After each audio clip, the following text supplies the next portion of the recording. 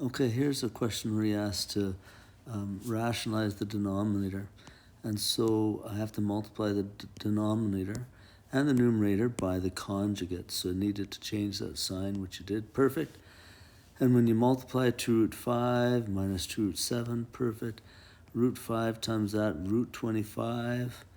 And then this and this both cancel. And then minus root 49, perfect.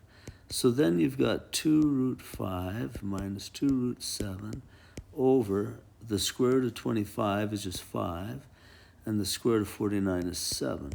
There we go. So then I've got 2 root 5 minus 2 root 7 all over a negative 2. Now I notice that the 2 will divide evenly into both of those. So I'm going to separate these into common denominators. So that is a common denominator for both that term and that term. And I can just split them up. So 2 root 5 over negative 2 minus 2 root 7 over negative 2.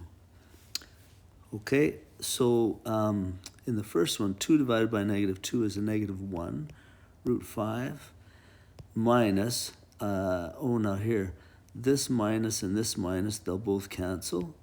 So it'll be 2 divided by 2, which will cancel, so there'll just be root 7. So your final answer should be just root 5 minus root 7.